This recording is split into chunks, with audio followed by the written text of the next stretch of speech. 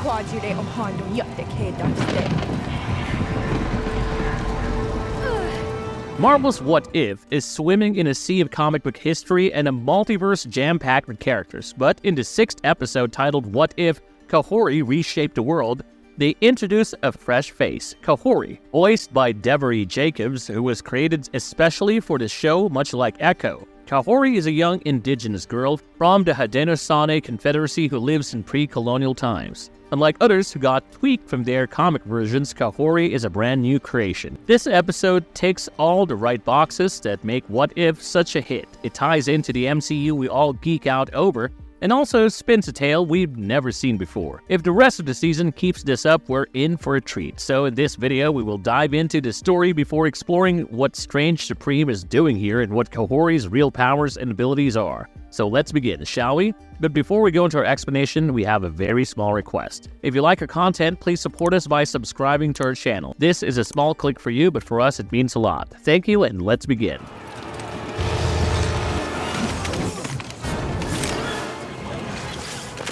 What if Kahhori reshaped the world? The Watcher starts things off by throwing us way back in time before the Tesseract landed on Earth courtesy of Odin, but Ragnarok wrecks Asgard, and the Tesseract winds up in an America that is untouched by foreign forces. That's where we meet Kahhori and her brother Wata, two young Mohawk-speaking people. These two are classic rule breakers, sneaking out of their village for a bit of adventure. They end up in this old battlefield at the forest's edge, decked out with skeletons that clearly had a rough time. Wata's all, remember, we're not supposed to be here, it's cursed, but Kahhori is the more optimistic and adventurous of the two. She says that it's only cursed because no one bothered to cleanse the place, and with that she goes all in to explore the place. So Kahhori tells Wata this story about the lake in the middle of everything. She's convinced it's got some insane power that folks killed each other over, instead of letting it bring them together. Wata is skeptical because the word is that this lake gobbles people up, like go in and never come out sort of thing. They finally find the lake and it's a letdown. They're expecting this monstrous people-munching body of water, but what they see is just a small pond with ducks chilling on it. Pretty anticlimactic, but then they hear a gunshot, which they initially think is thunder. They rush back to their village and come face to face with the real threat.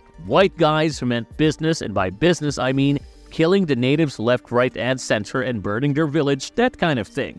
Kahhori and Wata find their small peaceful village up in flames with their people captured by conquistadors. One of these conquistadors spots them free and chases them on horseback towards the lake. In the heat of the moment, the siblings tumble into a pit and land in a network of underground caverns. They run through this maze and end up in a grotto that houses the real deal, a lake glowing Tesseract blue. The conquistadors crash the party, clearly stoked. One of them says that he may have found what they were looking for, which means that this mystical lake was their endgame all along. A conquistador corners Wata, but Kahhori draws his attention. She pelts the guy with rocks to save her brother. But then another conquistador shows up and shoots Kahhori. She falls into the lake and gets whisked away through a portal. When she resurfaces, she's in a forest kinda like the one she left, but it's all glowy, trees, people, the works. A young man greets her saying, "Welcome to Skyworld." The Watcher reveals that the Tesseract crashed among Kahhori's ancestors, busted open, and its space stone powers juiced up the lake. This caused a whole mess and sparked deadly wars as folks vanished into the lake, never to be seen again. Eventually, the warring tribes made peace and dubbed the lake cursed, which kept the other natives from venturing into it. Kahhori wakes up in this new world, totally gobsmacked, seeing everyone using magic as if it were normal. Atarax, the welcome wagon, fills her in about the blue light. He says that the light is everywhere, in the plants, the animals, and now even in the people.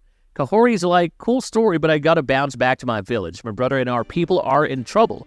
But she cannot leave, you see, because the portal back is way up high in the sky. Atarax also tells her that she should not leave as this sky world made them eternal and ageless. It was like a paradise. He tries to convince her that this is where she's meant to be. Back at Kahhori's village, Don Rodrigo Alfonso Gonzalo, the head honcho conquistador, is totally focused on finding and claiming the fountain of youth for Queen Isabella of Spain. He's barking orders in Spanish, totally ignoring that no one there speaks it or that they'd even spill the beans if they did. Meanwhile, his conquistador buddies who nabbed Wata come to him and go all, "Hey boss, we found the lake." Back in the sky world, Kahhori struggles to get back to her village. She's on a mission to get out and climb the tallest tree to get near the portal. Atarax tags along and suggests she chill and feel the world spirit, hoping it'll lend a hand. Turns out Kahhori's a natural at using the powers that the Tesseract bestows and starts leaping huge distances. She's convinced the people can now use this newfound power to leave, but Atarax tells her that others have tried and failed. Kahhori gets creative using her powers to float branches into a makeshift staircase towards the portal, but whoops, she takes a tumble after a few steps. Atarax isn't surprised, saying it's been tried before. Kahhori gives it a few more shots then calls it quits for the day. But Kahhori's powers and abilities have to be shown off, right? How do you do that in a story about natives? You go all typical and show a hunt. So, Atarax is all hyped up for the hunt and bounces off with Kahhori tagging along, who still feels stuck in her gorgeous but confining new home. The hunt is for this shiny fruit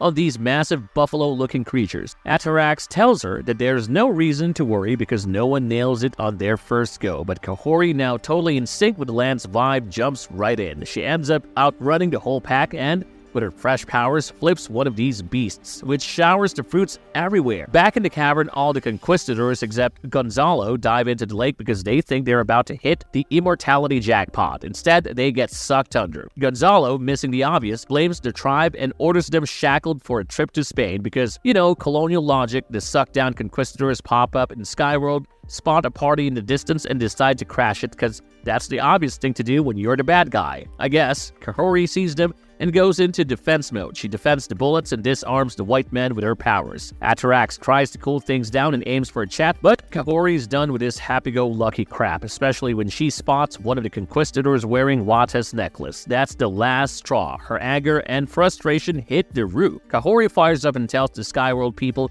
they've been hiding out too long with all their mega powers. She says that they could be using this magic back home to help their folks, but instead, they were just having a tribal gala. Her passion is so intense, she yanks the portal down from the sky so she can just stroll through it. She's ready to give it all she has in herself and calls on the Skyworld tribe to back her up, pointing out that her people can't afford to dance and drink and watch from the sidelines. She steps back into her world through the lake and goes to her burning village, where her people are being herded onto ships. Kahhori unleashes her wrath and takes down a boatload of conquistadors and their ships solo, but the odds are against her and she's about to get swamped. Right on cue, Atarax and the Skyworld bunch show up, which reignites her Tesseract connection. Together, they turn the tide, smashing the last of the ships and saving her tribe. But Kahhori knows that this was but a small victory and she needs to do something big to ensure that peace is brought to her world. Over in Spain, Queen Isabella is briefed about other fleets that went MIA in the New World. Her advisor tells her that she should consider giving up the quest, but Isabella's too full of herself to back down. She's convinced someone's muscling in on her turf. That's when Kahhori drops in, portal style, right into the Spanish court. She's basically telling Isabella to back off and leave her people alone, but Isabella starts to feel all high and mighty and tells Kahhori that she was destined to rule Kahhori and her people. Bad move, woman. Bad move. That's Kahhori's breaking point. He magics the queen out of her throne and crap out of the queen, and then the throne's history. The queen finally understands that she cannot mess around any longer with natives, and because it's Marvel, they've gotta drop a cameo, right? So in comes Strange Supreme, casually announcing he's been on the hunt for Kahhori. Classic Marvel move, keeping us hooked for what's next. Ending explained. What does Sorcerer Supreme want from Kahhori? Right after Kahhori and her crew get the Spanish to agree to a peace deal, Strange Supreme shows up. He seems to be scouting Kahhori for some future mission, but it's anyone's guess what he's up to. Strange Supreme is basically the edgier, darker cousin of the Stephen Strange we know from the MCU, so it's a coin toss whether he's playing for the good guys or bad guys in the upcoming episodes of What If Season 2.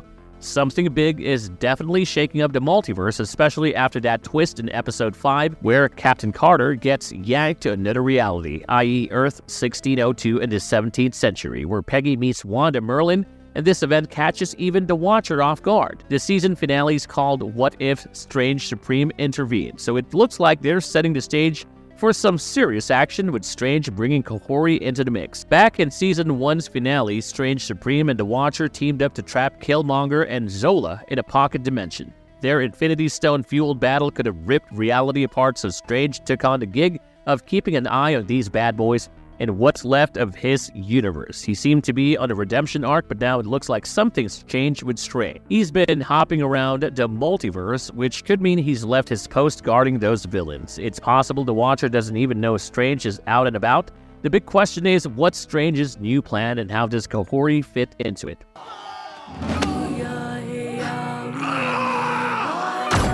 Just how powerful is Kahhori? Kahhori, like the other Mohawk warriors who took a dip into Lake Portal, ended up with a killer set of powers. We're talking super speed, telekinesis, force fields, and beefed up strength and durability. Oh, and she's pretty much immortal now, thanks to the Tesseract. Now her abilities are a different flavor from Captain Marvel's, even though they both got their powers from the Tesseract, aka the Space Stone. Sure, there's some overlaps like the energy blasts and the whole super strength thing, but Kahhori's powers have their own unique style, visually and otherwise. This is probably because she got her powers from a busted Tesseract at the bottom of a lake, while Carol Danvers got zapped by it when it was charged up in Project Pegasus. So yeah, different scenarios, different power outcomes. Marvelous verdict. Let's be real, a few threats aren't about to fix centuries of colonial mess, especially not with someone like Isabella, who's got a track record of nastiness way beyond just the American continent, and we can't expect a half-hour TV show to untangle all the deep-rooted racism and arrogance that drove nations to think conquering was their divine right, or the white man's burden. Having said that, this episode really is commendable for spotlighting an indigenous hero and exploring the Mohawk language. It's refreshing to see it celebrate the characters' lives, their fun, joy, and family lives, without just painting everything in the gloom of colonial tragedy. The collab with the Canadian Keha folks of the Mohawk Nation is clear in how the story revolves around Kahhori, Wata, Atarax, and their tribe instead of just focusing on the colonizers. Honestly, it's probably the coolest episode this season, breaking new ground and setting a vibe I hope sticks around till season 3 and beyond. If you like the content, don't forget to leave a like and subscribe to us if you haven't already. Have a good one and be safe. Thanks everyone.